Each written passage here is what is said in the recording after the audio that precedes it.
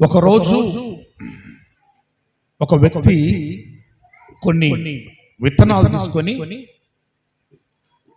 ఆ విత్తనాలు విత్తుటకు తన పొలానికి వెళ్ళాడంట. ఆ పొలానికి వెళ్ళి ఆ విత్తనాలను అన్నిటిని కూడా విత్తడం స్టార్ట్ చేశాడంట.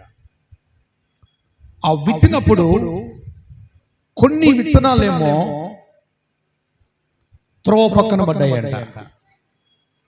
కొన్ని విత్తనాలు రాత్రి నిలవబడినాయంట. కొన్ని విత్తనాలు ముండ్ల పొదలో పన్నాయంట. కొన్ని విత్తనాలు మంచి నెలలో పడ్డాయంట. త్రోవ పక్కన పడినటువంటి విత్తనాలు ఏమైనాయంటే అవి త్రోవ పక్కన అంటే దారి ప్రక్కన, త్రోవ అనగా మార్గము, మన భాషలో దారి ప్రక్కన పడ్డాయి గనుక వాటిని ఆకాశ పక్షులు వచ్చి వాటిని ఎత్తుకొని పోయినాయంట. రెండవదిగా రాతి నెలన పడిన విత్తనాలు. ఈ రాతి నెలన పడినటువంటి విత్తనాలు ఇవి ఎలా ఉన్నాయంట, ఆ కింద అడుగున రాళ్ళు ఉన్నాయి, మన్ను కొద్దిగా ఉంది కాబట్టి విత్తిన వెంటనే కొద్ది రోజులకు వెంటనే అవి మొలకెత్తినాయంట. కానీ మన్ను ఎక్కువ లేనందువల్ల అవి ఏమైపోయినాయంట, వెంటనే అవి చనిపోయినాయంట. మూడవదిగా ముండ్ల పొదలో పడినటువంటి విత్తనం. ఈ ముండ్ల పొదలో పడినటువంటి విత్తనము చూడండి, ఇప్పుడు అడంతా మనకు ముండ్లు ఉన్నాయి. కంప చెట్టు, ఫారిన్ కంప. ఈ ఫారిన్ కంప మన చుట్టూ ఉంది. అక్కడ మీరు ఒక విత్తనాన్ని వేయండి, అది మామిడి కావచ్చు, జామ కావచ్చు, చింత కావచ్చు, మరి ఏదైనా సరే ఒక విత్తనం వేయండి. ఆ విత్తనం ఫలిస్తుందా, ఫారిన్ కంప ఫలిస్తుందా? ఏది ఫలిస్తుంది? కంపనే ముందుకు వచ్చిందంట. ఆ కంప అది ఎదుగుతూ ఉందంట. ఆ ఎదిగే క్రమంలో ఏమైందంట, ఈ యొక్క విత్తనం ఏదైతే వేసాడో ఆ విత్తనాన్ని అది అణచివేసిందంట. నాలుగో విత్తనం ఏంటంటే అది మంచి నెలలో పడినటువంటి విత్తనం. ఈ విత్తనము పడింది ఎక్కడా అంటే మంచి నెలలో పడినది ఈ విత్తనం. ఇది మంచి నెలలో పడింది కాబట్టి ఈ విత్తనం ఏమైందంట, ఒకటి 100 అంతలుగా, ఒకటి 60 అంతలుగా, ఒకటి 30 అంతలుగా వర్ధిల్లిందంట. Praise the lord. ఈరోజు నేను చెబుతున్నటువంటి అంశం ఏంటంటే విత్తనములు. 4 రకములైన విత్తనములు. మొదటి రకమైనటువంటి విత్తనము నేను ఏదని చెప్పానో, త్రోవ ప్రక్కన పడినటువంటి విత్తనం. త్రోవ ప్రక్కన పడినటువంటి విత్తనము అనగా అర్థం ఏంటంటే వాక్యము అని అర్థం. విత్తువాడు అనగా ఎవరు అంటే దైవజనుడు. విత్తువాడు అంటే దైవజనుడు. ఒక దైవజనుడు వాక్యాన్ని విత్తుతున్నప్పుడు ఆ విత్తుతున్నటువంటి ఆ క్రమంలో త్రోవ ప్రక్కన పడినటువంటి విత్తనాలు ఎలా ఉన్నాయంట? బైబిల్లో ఉన్న వారందరూ కూడా బైబిల్ గ్రంథంలో నుంచి మత్తయి సువార్త 13వ అధ్యాయము 19వ వాక్యంలో ధ్యానం చేసుకుందాం. నమును గూర్చిన ఉపమాన భావమును వినుడి.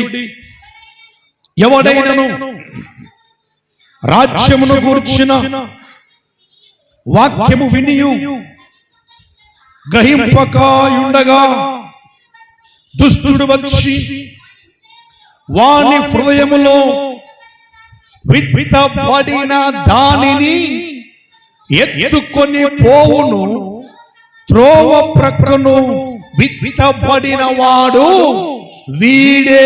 హల్లెలూయా. మొదటి వ్యక్తి ఏ వ్యక్తి అంటే త్రోవ ప్రక్కన పడినవాడు. వాక్యమును వింటాడు కానీ గ్రహింపడంట. త్రోవ పక్కన పడిన విత్తనం ఈ విత్తనం. ఈ వీరు ఎటువంటి వారంటే వీరి గురించి బైబిల్ ఏమంటుంది? బైబిల్లో వాక్యం వీరి గురించి ఏమని చెబుతుంది ఒకసారి చూద్దాం. మత్తయి సువార్త 13వ అధ్యాయము 13 నుంచి కొన్ని వాక్యాలు. వాక్యమును వినుట మట్టుకు విందురు. చక్కగా రాయబడింది అక్కడ మాట. వినుట మట్టుకు విందురు కానీ గ్రహింపరు. అంటే ఏంటో తెలుసా? వింటారు శ్రద్ధగా.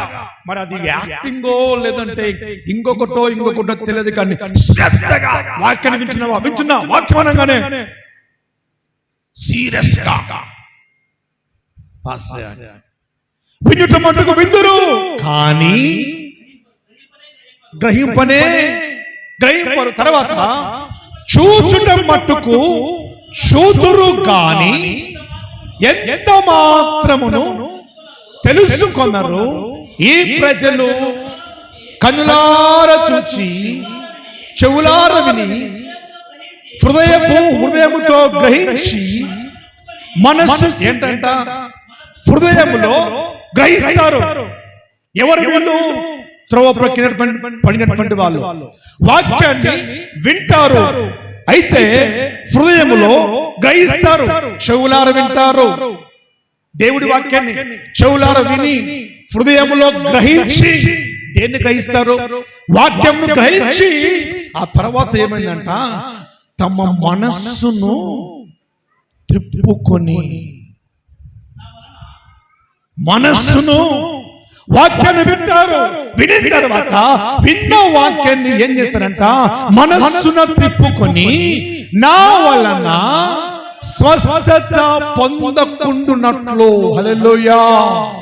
ఒక వ్యక్తికి స్వస్థత కావాలంటే ఏమి కావాలో తెలుసా? దేవుని వాక్యమును వినాలి.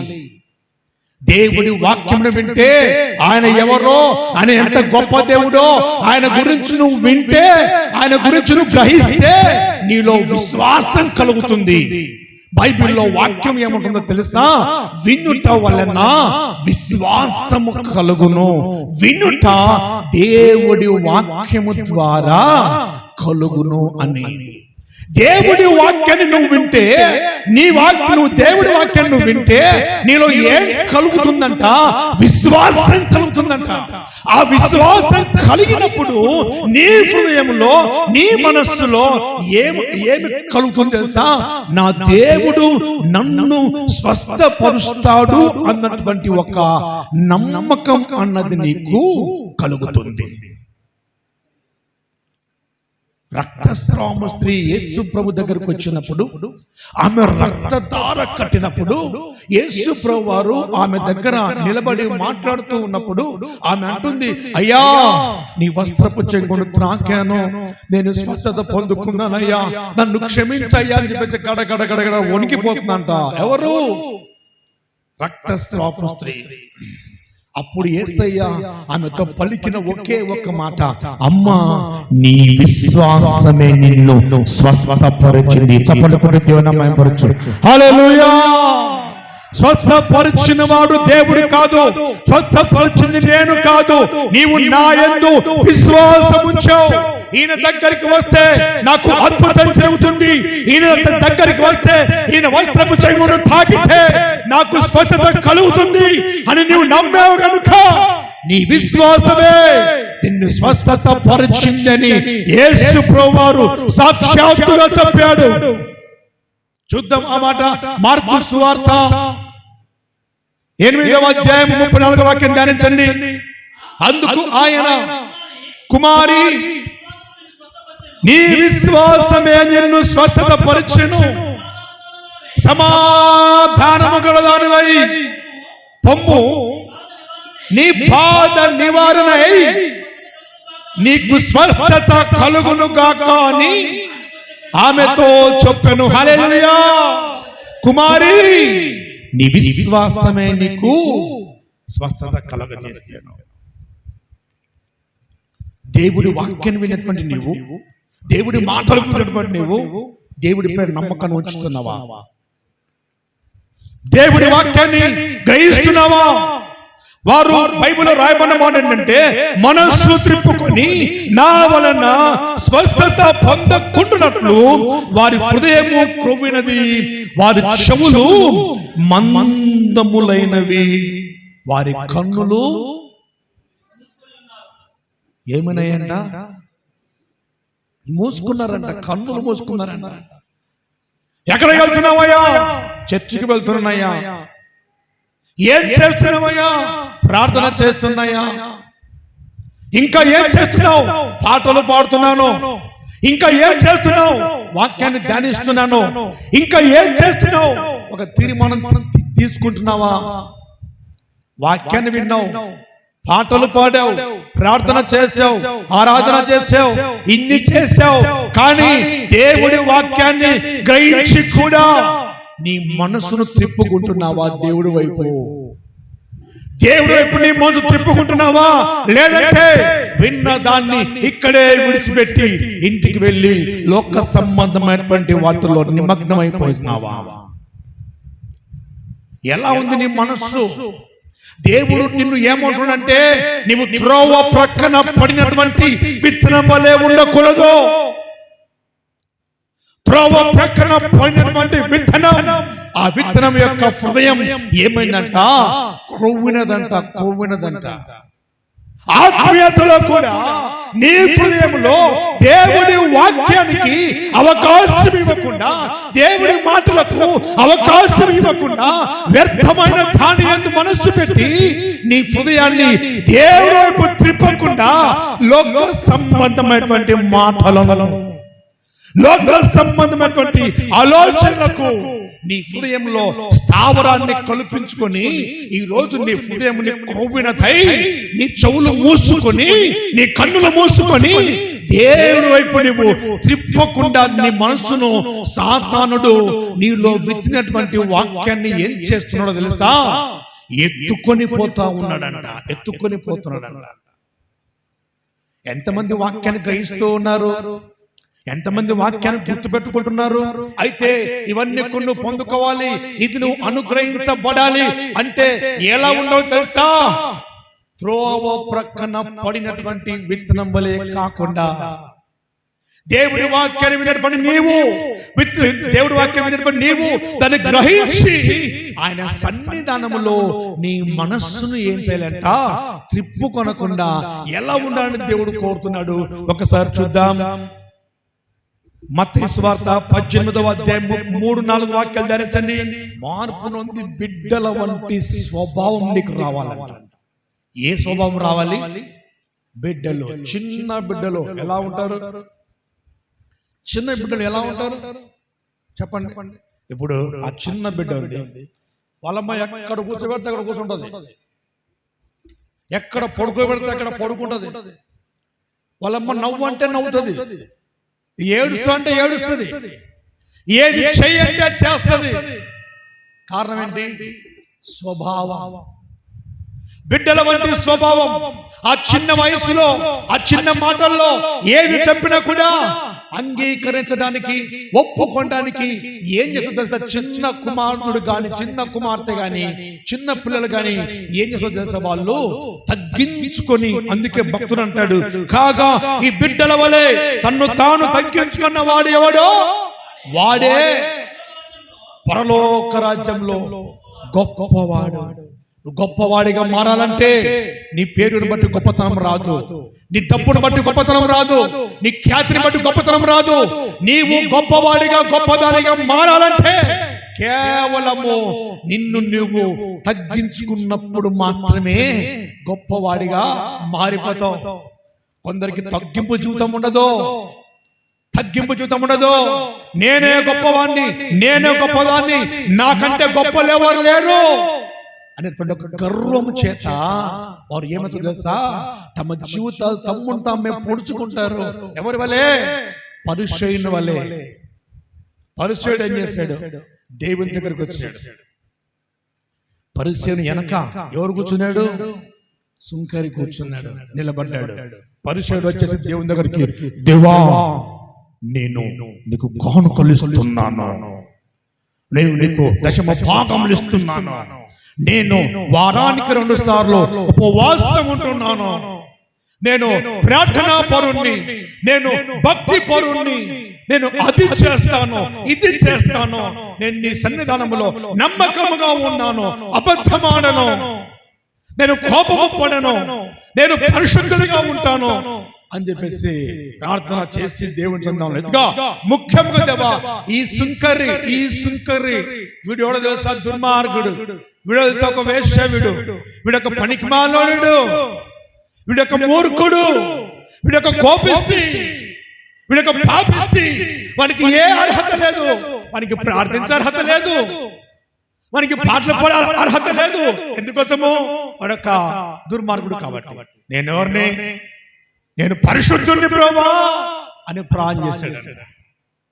ప్రార్థన చేసి ఆ సుంకర వైపు ఎగాదిగా కిందికి పైకి ఇలా చూసి వెళ్ళిపోయాడంట. సుంకరి మాత్రమే తలదించుకొని, ఆయన చేసిన ప్రార్థన బట్టి తలదించుకొని దేవుడి దగ్గర గుండెలు బాదుకొని ప్రార్థన చేస్తున్నాడు. అయ్యా, ఆకాశం వైపు చేతులెత్తటికైనాను నాకు యోగ్యత లేదయ్యా, పాపే నన్ను క్షమించయ్యా అని ప్రార్థన చేశాడంట. ఆ ప్రార్థనకు దేవుడు ఏం తెలుసా? తనను తాను హెచ్చించుకున్నవాడు తగ్గించబడును, తనను తాను తగ్గించుకున్నవాడు హెచ్చించబడును అని చెప్పేసి పరలోక రాజ్యంలో బైబిల్ గ్రంథంలో వాడి పేరు రాయించాడు. హల్లెలూయా. నీ జీవితంలో నీవు తగ్గించుకుంటే హెచ్చించబడతావు. అందుకే అంటాడు, మార్పు నొంది బిడ్డల వంటి స్వభావం కలిగిన వారైతే మీకు పరలోక రాజ్యంలో ప్రవేశింపరని చెప్పుచున్నాను. కాగా ఈ బిడ్డల వలె తన్ను తాను తగ్గించుకున్న వాడెవడో వాడే పరలోక రాజ్యంలో గొప్పవాడు. హల్లెలూయా. ఎందుకు దేవుడు ఇలా చెప్పాడు? తగ్గించుకోమని, బిడ్డల వలె మనసు మార్చుకోమని దేవుడు ఎందుకు చెప్పాడు ఈ మాటలు అంటే, హెజ్కేలు గ్రంథము 33వ అధ్యాయము 11వ వాక్యం ధ్యానించండి. కాగా వారితో ఇట్లనము, నా జీవము తోడు దుర్మార్గుడు మరణం నందుట వలన నాకు సంతోషము లేదు. దుర్మార్గుడు తన దుర్మార్గత నుండి మరలి బ్రతుకుట వలన సంతోషము కలుగును. హల్లెలూయా. పరలోక రాజ్యములో దేవుడి సంతోషం ఏంటంటే, ఒక దుర్మార్గుడు తన దుర్మార్గత వలన మరణించుట దేవుడికి ఇష్టము లేదు.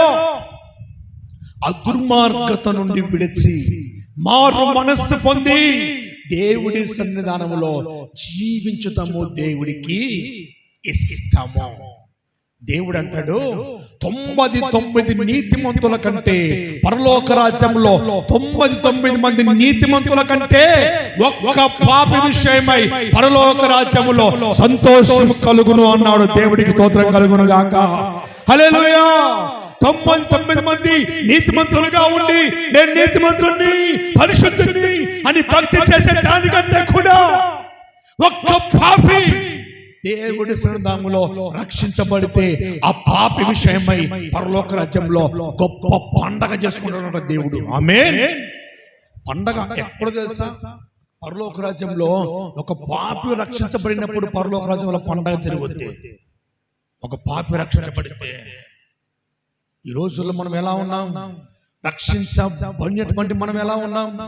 దేవుడి సన్నిధానంలో తగ్గించుకున్నటువంటి బిడ్డల వంటి స్వభావం కలిగినటువంటి వారిగా మనం ఉన్నామా? తగ్గింపు జీవితం మనలో ఉందా? మారినటువంటి జీవితము, దేవుడి వైపు త్రిప్పుకున్నటువంటి మనస్సు ఉందా? నీ ఎడల దేవుడి ఉద్దేశం ఏంటి? ఏంటి దేవుని ఉద్దేశం ఒకసారి చూద్దాం. మొదటి తిమోతి 2వ అధ్యాయము 4వ వాక్యం ధ్యానించండి. మనుషులందరూ రక్షణ పొంది సత్యమును గూర్చిన అనుభవ జ్ఞానము గలవారై ఉండవలెనని ఇచ్చయించుచున్నాడు. హల్లెలూయా. దేవుడి ఉద్దేశం ఏంటంటే నీ ఎడల ఇదిగో నీవు రక్షణ పొంది నీ రక్షణను అమ్ముకోక, నీ రక్షణను పోగొట్టుకోక.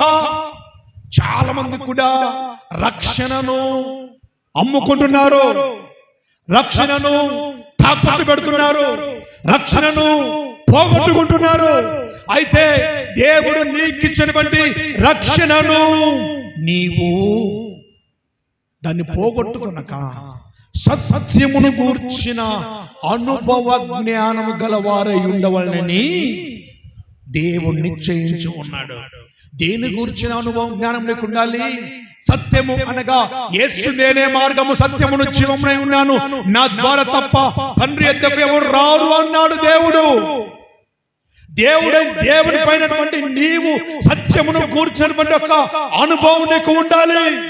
2వ పేతురు 3వ అధ్యాయం 9వ వాక్యం ధ్యానించండి. 2వ పేతురు 3:9. 2వ పేతురు 3:9.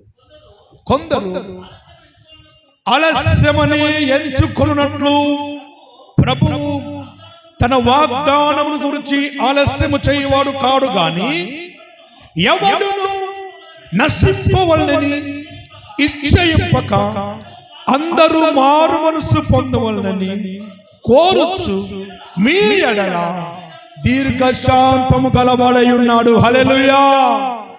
అందరూ అంతటను మారు మనసు పొందవాలని చెప్పేసి ఆయన కోరుతున్నాడు. త్రోవ ప్రక్కన పడిపోయిన విత్తనం వలె ఉన్నావు బిడ్డ. ఎన్ని రోజులు దేవుడి వాక్యాన్ని వింటూ కూడా గ్రహించకుండా మనసు త్రిప్పుకొని, దేవుడి అద్భుతాలు చూస్తూ కూడా గ్రహించకుండా మనసు త్రిప్పుకొని నేను దేవుడి సంఘంలో ఇలా ఉన్నాను అలా ఉన్నానని చెప్పేసి నువ్వు చెబుతూ గర్వించిన వాడవై, గర్వించిన దానవై దేవునికి దూరంగా ఉన్నావేమో. ఈ ఉదయకాలం ప్రభువు నీతో మాట్లాడుతున్నాడు. ఆ తప్పిపోయిన కుమారుడు ఏ విధంగా తన తప్పు తెలుసుకొని తండ్రి యొద్దకు వచ్చి రక్షణ పొంది మారు మనసు పొంది ఆ విందులో పాలు పొంది నా కొరకు నా తండ్రి ప్రేమ ఇంతగా నన్ను ప్రేమిస్తున్నాడు అని చెప్పేసి ఏ విధంగా తండ్రి మనసును గ్రహించిన వాడై ఉన్నాడో నీవు కూడా నీ యొక్క దేవుడి మనసును గ్రహించి దేవుడి సన్నిధానంలో ఉన్నట్లయితే త్రోవ ప్రక్కన పడినటువంటి విత్తనం వలె నువ్వు కాకుండా క్రీస్తు సన్నిధానంలో సత్యమును గురించిన జ్ఞానం గల వాడివై దేవుడి సన్నిధానంలో వర్ధిల్లాలని చెప్పేసి ఆయన ఆశపడుతూ ఉన్నాడు. వర్ధిల్లే మనస్సును, వర్ధిల్లే జ్ఞానమును, వర్ధిల్లే కృపను దేవుడు నీకు ఇచ్చి నిన్ను నడిపించును గాక. ఆమేన్. మొదటిగా త్రోవ పక్కన పడినటువంటి విత్తనము రాతి విత్తనము, తర్వాత ముండ్ల పొదలో పడిన విత్తనము, తర్వాత మంచి నెలలో పడిన విత్తనము. నేను చెప్పింది ఒక్క విత్తనమే. ప్రభు చిత్తమైతే వచ్చే ఆదివారము మిగిలినటువంటి 3 విత్తనాల గురించి చెబుతాను. దేవుడు మనను మన కుటుంబాలను దీవించును గాక. ఆమేన్.